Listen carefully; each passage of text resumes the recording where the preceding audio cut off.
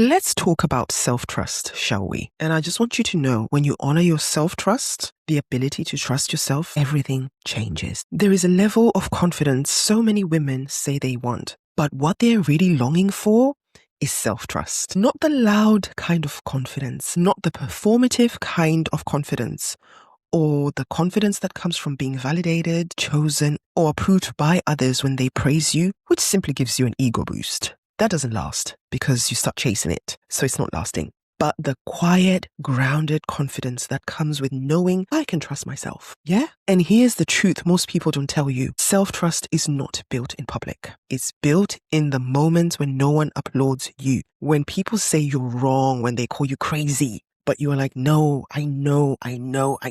It's built in how you honor yourself when no one is watching and there is nothing outward for you to gain. And that's what I want to talk to you about today. That type of confidence, that level of self-trust. Believe me, they're very unique. And if we had these in the world, we wouldn't have maniacs running our world. If you are someone who feels like you second guess yourself, if you struggle to follow through on the things you say you do, if you feel confident in some areas of life, but deeply unsure in others, which would be relevant for most of us, then this conversation is for you.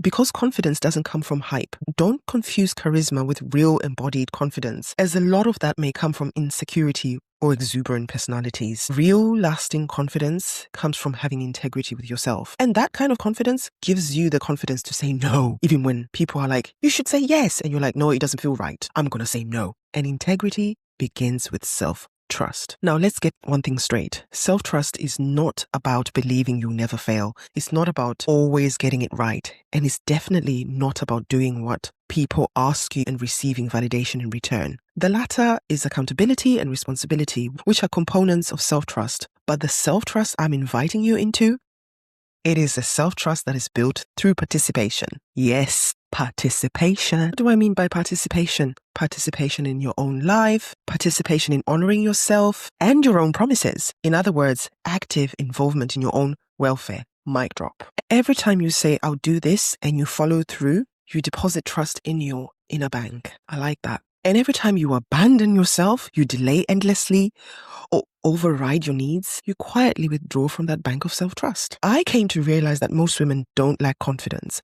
Most women lack evidence that they can rely on themselves. To be fair, most self-sabotaging behaviors in people stem from this partly. But my content is for women who look like me, so my message is for my people. So hence, I'm saying women, because that's my audience. That's who I coach. One of the biggest things that raised my own confidence was something very simple but powerful. And it's one word: completion. There is a particular satisfaction that comes from starting something and finishing it. It just makes you believe in yourself. And by saying this, I don't mean you've got to do it perfectly, not impressively, but fully finishing what you start without outside prompting or cheerleading. I ain't talking degrees with deadlines, but setting your own goals and deadlines that you meet. Now that's a game changer, baby. When I take on a project and I see it from beginning to end, something shifts inside me. I trust myself more, I respect myself more, and I feel more capable. It's like I just know that I have the ability to do more things. And this is especially true when it comes to things that directly affect my life, my work, my well-being, and my future. And as a coach, there's so many things I create for my clients: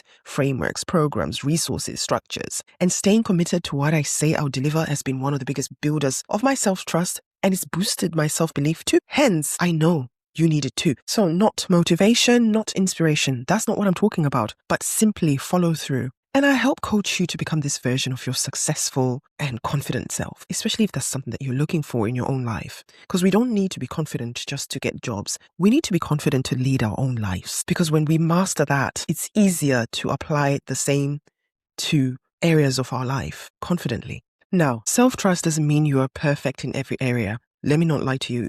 I would never say that, because I know self-trust, it comes through learning, making mistakes. But one thing you do, you continue to trust yourself. For example, one area I'm still working on is sleep. And having worked night shifts for years as a nurse, my body learned to stay awake when it should have been resting. So I don't know whether it's biological, it's psychological, I don't know. And because of that, keeping that promise to go to bed on time, it hasn't always been exactly easy for me. I'm working on it, But I want to get to a level of trusting myself that when I say I'll go to bed at a certain time, I will do it. And here's where compassion matters, as self-trust is not built through self-punishment. It's actually built through honesty with some loving kindness. Because if you struggle in a certain area, at least say, oh, I'm struggling, but I just want to see how I can get better at it. Instead of saying I'm failing, I ask, what support does my body need here? It changes the way you respond. And so your self-trust will deepen when you stop shaming yourself for being human. Otherwise, you go into avoidance and not address it at all. And it's difficult to develop that confidence in a specific area when you don't trust yourself in it. But really, you're just avoiding it. So that's why compassion and loving kindness is a good approach. We show compassion and loving kindness to other people, so we might as well show it to ourselves. And that's embodied living, really. Now, an area where my self-trust grew massively is financial stewardship. And I can talk about this because I've done the practice, I've done the work.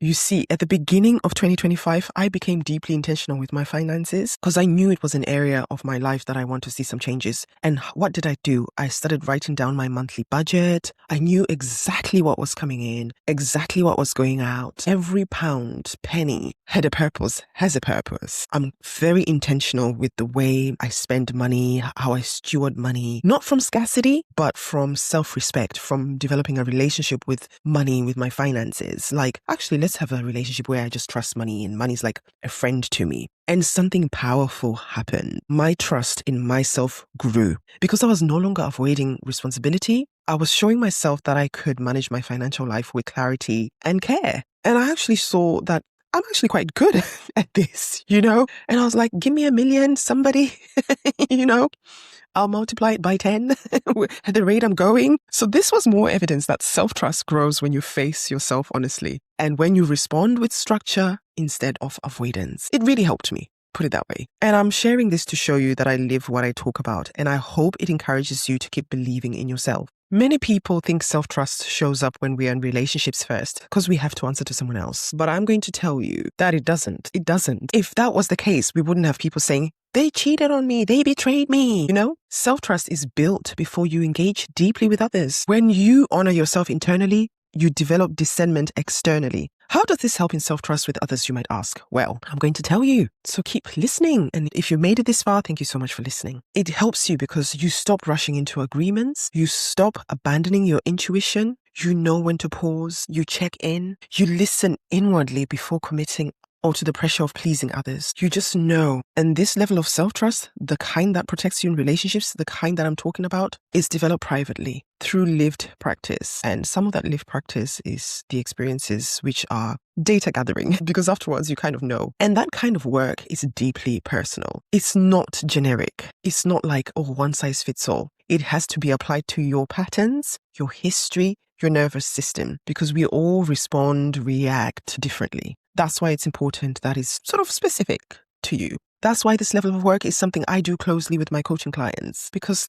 we all have a personal blueprint and we want to get to that blueprint because that's how you develop your self-trust, not by trying to be like everybody else, by comparing yourself. No, it's your unique journey. So let me leave you with this. Self-trust is not built by being chosen. It's built by choosing yourself. So it's not being chosen by the outside. It's an internal choosing. It's built when you keep small promises to yourself, when you complete what you start, when you respond to your needs with loving kindness and compassion, when you create structure where you once avoided it, when you honor yourself even when no one is watching. What you're doing is contributing into your self-trust bank. And confidence follows self-trust, not the other way round. So when you develop that kind of level of self-trust, it's easy to be confident. And the woman you are becoming who is listening to this video, and if you've made it to the end, that woman doesn't need more external pressure to feel confident. In fact, you probably had all the external pressure, but you're still like, I still want to be confident. She needs more integrity with herself. If you're a woman, you need more integrity with yourself. If something in this conversation stirred you, ignited your soul, if you're realizing that confidence for you isn't about more motivation, but it's about